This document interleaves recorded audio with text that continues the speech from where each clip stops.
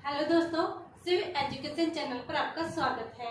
आज हम पढ़ते हैं व्यंजन संधि। हमने स्वर संधि पढ़ ली है। स्वर संधि के सारे एग्जाम्पल भी कंप्लीट कर लिए हैं। आप वह क्लासेस जरूर देखें क्योंकि सारे एग्जाम्पल पिछले परीक्षाओं में आए हुए में से हैं और आप उनको जरूर देखें। और देखने से ही नहीं बल्कि पेन कॉपी लेकर उसको करें भी ताकि आपको अच्छे से याद हो जाए। आज हम पढ़ते हैं व्यंजन संधि। कौन सी संधि? व्यंजन संधि। स्वर में क्या था कि जब हम एक शब्द था उसके दो टुकड़े कर देते, पूर्व पद और उत्तर, दोनों के टुकड़ों के अंदर स्वर स्वर मिलना था। यानी कि जब पहले पद का करें तो पहले का लास्ट वाला और लास्ट का पहले वाले वर्ण का क्या करना था? स्वर होना जरूरी था। लेकिन आज हम व्यंजन संधि पढ़ रहे हैं तो व्यंजन संधि में क्या है कि स्वर भी हो सकते हैं और व्यंजन भी। स्वर व्यंजन भी हो सकते हैं या व्यंजन स्वर भी हो सकते हैं या व्यंजन व्यंजन भी हो सकते हैं। तो उसमें कौन सी संधि है? व्यंजन संधि है। अब व्यंजन संधि को हमने क्या किया है कि अलग अलग नियमों के अंदर बांट दिया गया है ताकि आपके अच्छे से वो नियम याद हो जाए, तो उसके बाद आपको करने में आसानी होगी। संधि विच्छेद भी आसानी से किया जा सकेगा। तो कौन सी संधि है? व्यंजन संधि। तो व्यंजन संधि के बारे में देखिए, व्यंजन का व्यंजन या व्यंजन स्वर के मेल से उत्पन्न जो विकार होता है उसे क्या कहते हैं? व्यंजन संधि कहते हैं। यानी स्वर का स्वर से, व्यंजन का व्यंजन या स्वर व्यंजन से मेल से जो विकार उत्पन्न होगा वो कौन सी संधि होगी? वो व्यंजन संधि होगी। और स्वर में क्या पढ़ा था कि जब स्वर का स्वर के मेल से जो विकार उत्पन्न होता है वो कौन सी संधि है? स्वर संधि है। इसमें पहला नियम क्या है? क च ट त प। यानी हिंदी वर्णमाला के अंदर जो क च ट त प जो पहला अक्षर जो पहला है, कौन सा है? पहला है, उसका क्या करना है? किसी भी वर्ग का तीसरा चौथा वर्ग या या स्वर हो। जब हम पहला पद हमारे पास है, पहला पद का अंतिम वर्ण क्या है? अंतिम वर्ण। और दूसरे पद का पहला वर्ण। हम एक शब्द के टुकड़े करेंगे, दो चीजें होंगी इसके अंदर।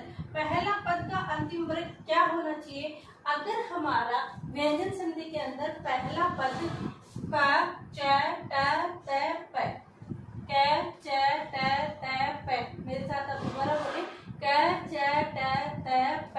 अगर पहला पद का अंतिम वर्ण क च ट त प है तो दूसरे वर्ग का पहला वर्ण क्या होना चाहिए?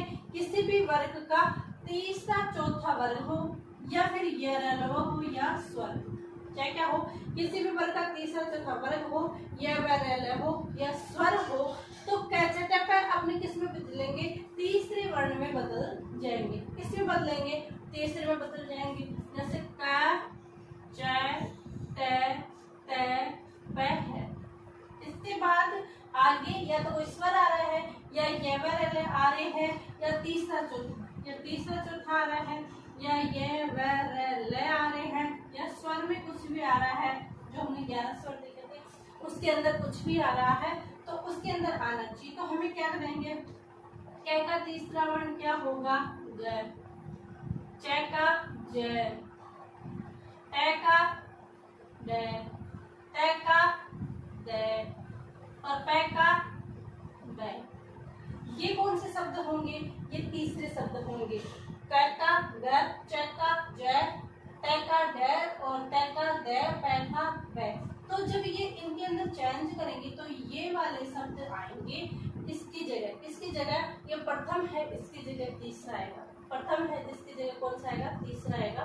तो ये आपको ध्यान रखना है कि अगर क च ट त प के बाद किसी भी वर्ण का तीसरा चौथा या स्वर आता है तो क च ट प किस में बदलेगा? तीसरे में। किस में बदलेगा? तीसरे में। अब हमारा ये है दिग्गज। ये पहला पद है दिग्गज। तो इसमें कौन सा लेना है? अंतिम वाला क। और इसमें कौन लेना है? पहला वाला ग। अब हमें क्या बताया गया है कि पहला है उसी का तीसरा लेना है। अगर आगे तीसरा चौथा या स्वर हो तो तीसरा ही क्यों लेना है? क्योंकि यहाँ पर देखिए हम याद करने की दृष्टि से देख सकते हैं कि यहाँ भी तीसरा है तो हम तीसरा ही लेंगे। यहाँ पर तीसरा है इसलिए हम तीसरा ही लेंगे, इसलिए तीसरा वर्ण कै का, तीसरा वर्ण कै आ जाएगा, तो यहाँ पर कै आ जाएगा और कै का लोप हो जाएगा, क्योंकि कै की जगह हमें कै लेना है, तो यहाँ क्या हो जाएगा, दिग्गज। क्या हो जाएगा, दिग्गज। फिर अब वाक देवी, यही भी देखें, वाक धन देवी। इसके अंदर क्या करना है, का है, धन द है, तो कै की और तीसरा वर्ण क्या होगा, कै का, कै के बाद द है, यहाँ है, कै के बाद द है, तो कै का लेना है हमें, कै से टप्पे के बाद तीसरा वर्ण क्या है वो लेना है, कै के बाद आएगा तो ग आएगा, तो आएगा वाक देव, वाक देव।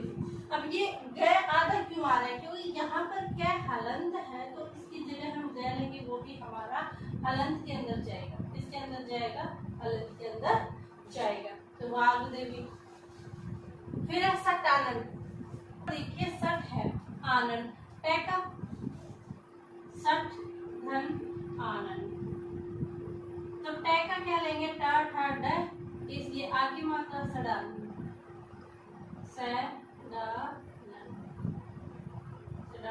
फिर उत्तर, उत धन है, तो तय का तय थे द, ये द पूरा आ जाएगा, क्योंकि ए इसमें मिलेगा, ये हलंत था, इसमें ए मिलाएंगे तब ये पूरा द बन जाएगा, और इसका क्या होगा, उधय, क्या होगा, उधय, उत्धन ध्य, ये तीसरा है, इस तीसरे का पहले में चेंज हो जाएगा, तब क्या बनेगा, तय, उत्धन ध्य उदय।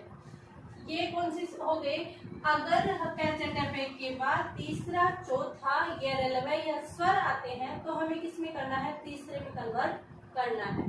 फिर अगला नियम है हमारा, टप्पे के बाद अगर पांचवा वर्ण आए तो हमने तीसरा चौथा देख लिया कि तीसरा चौथा आएगा तो हम किस में बदलेंगे, तीसरे में बदलेंगे, अगर पांचवा आएगा तो किस में बदलेंगे, वो भी हम पांचवे में बदलेंगे। किसी भी वर्ग का पांचवा वर्ण आए तो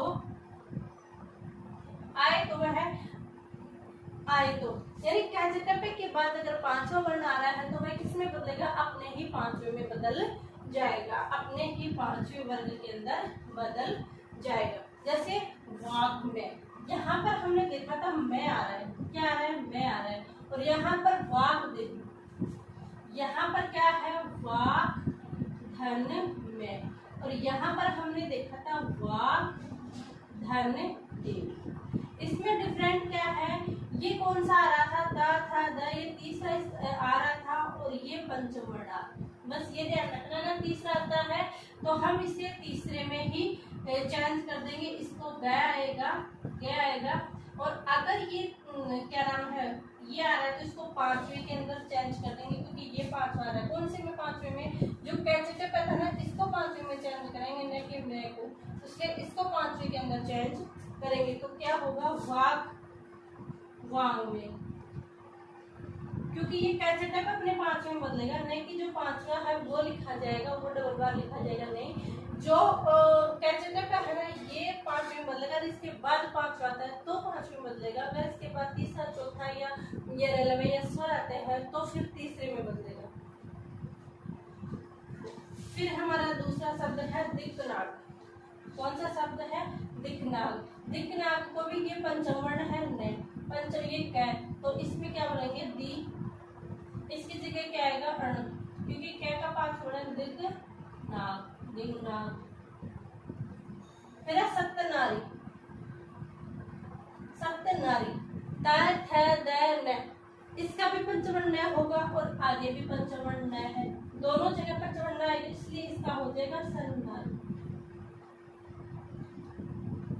सन्नारी, ऐसे हो जाएगा सन्नारी, क्योंकि हमें पांचवा कौन सा बदलना है, टप्पे का पांचवा बदलना है, न कि जो नेक्स्ट शब्द पांचवा है उसका नहीं बदलना है। आज हमने दो नियम देखे हैं, पहला नियम क्या, अगर टप्पे के बाद तीसरा चौथा या स्वर आते हैं तो टप्पे किस में बदलेगा, तीसरे में, अगर टप्पे के बाद पांचवा आता है तो टप्पे अपने किस में बदलेगा, पांचवे में। लिख रखा है अपने आप, इसी में आंसर है कि टप्पे के बाद तीसरा है तो तीसरे में, और पांचवा है तो पांचवे के अंदर, और पहला और अंतिम पद आप देख सकते हो, ये हमारी व्यंजन संधि है। इसके नियम और आगे लेके आएंगे, वो कल की क्लास में देखेंगे। आपको यह क्लास कैसी लगी आप हमें कमेंट करके जरूर बताएं और चैनल को अधिक से अधिक लाइक शेयर और सब्सक्राइब जरूर कीजिए। आप सभी का धन्यवाद।